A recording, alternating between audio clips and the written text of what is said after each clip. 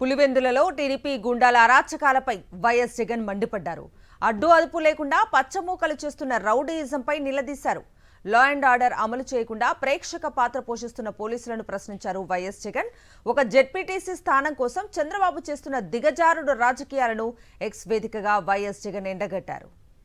Pulivendula ZPTC ఎన్నికల్లో CM Chandrababu తీవ్ర అధికార దుర్వినియోగానికి పాల్పడుతూ రాజకీయాలు చేస్తున్నారని మాజీ సీఎం వైఎస్ జగన్మోహన్ రెడ్డి మండిపడ్డారు. నల్లగొండువారిపల్లెలో బీసీ సామాజిక వర్గానికి చెందిన వైఎస్ఆర్సీపీ ఎమ్మెల్సీ రమేష్ యాదవ్, వేముల మండల పార్టీ పరిశీలకుడు వేల్పుల రామలింగారెడ్డిపై టీడీపీ మూకలు హత్యాయత్నానికి పాల్పడ్డాయన్నారు.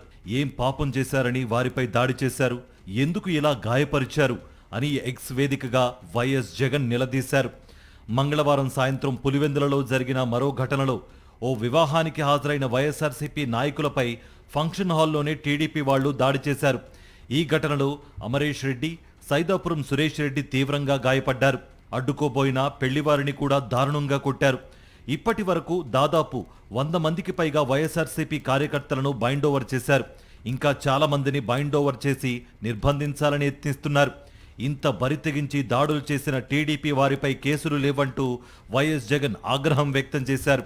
పులివెందుల జెడ్పీటీసీ ఉప ఎన్నిక స్కెడ్యూల్ వచ్చినప్పటి నుంచి చంద్రబాబు ప్రశాంతంగా ఉన్న పల్లెలో హింసను రాజేస్తున్నారని ఎక్స్ వేదికగా వైఎస్ జగన్ ఫైర్ అయ్యారు. ప్రజాస్వామ్య పద్ధతుల్లో ఈ ఎన్నిక జరగకూడదని, వైఎస్ఆర్సీపీకి చెందిన కార్యకర్తలు, నాయకులెవరూ తిరగకూడదని పోలీసులను ఉపయోగించుకుని చంద్రబాబు ఈ అరాచకాలన్నీ చేయిస్తున్నారని మండిపడ్డారు. ఓవైపు అక్రమ కేసులు, అరెస్టులతో పోలీసులు వైఎస్ఆర్సీపీ కార్యకర్తలను బెదిరిస్తుంటే మరోవైపు టీడీపీ గ్యాంగులు టార్గెట్ చేసి దాడులకు పాల్పడుతున్నాయని ధ్వజమెత్తారు. ఈ ఎల్లో గ్యాంగులు దాడులు చేసేందుకు వీలుగా ఉద్దేశపూర్వకంగానే పోలీసులు ప్రేక్షక పాత్ర పోషిస్తున్నారని ఎక్స్ వేదికగా ఎండగట్టారు వైఎస్ జగన్. రాష్ట్ర ముఖ్యమంత్రి స్థానంలో ఉండి ఓ జెడ్పీటీసీ స్థానం కోసం చంద్రబాబు ఇంతగా దిగజారిపోతారా అని వైఎస్ జగన్ సూటిగా ప్రశ్నించారు.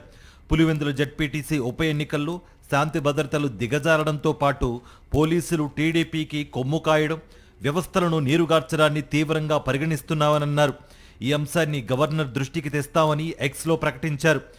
ఎల్లకాలం కూటమి ప్రభుత్వం ఉండదు, ఆ తర్వాత మీరు చేసిన అన్యాయాలన్నీ వడ్డీతో సహా తిరిగి చుట్టుకుంటాయని హెచ్చరించారాయన.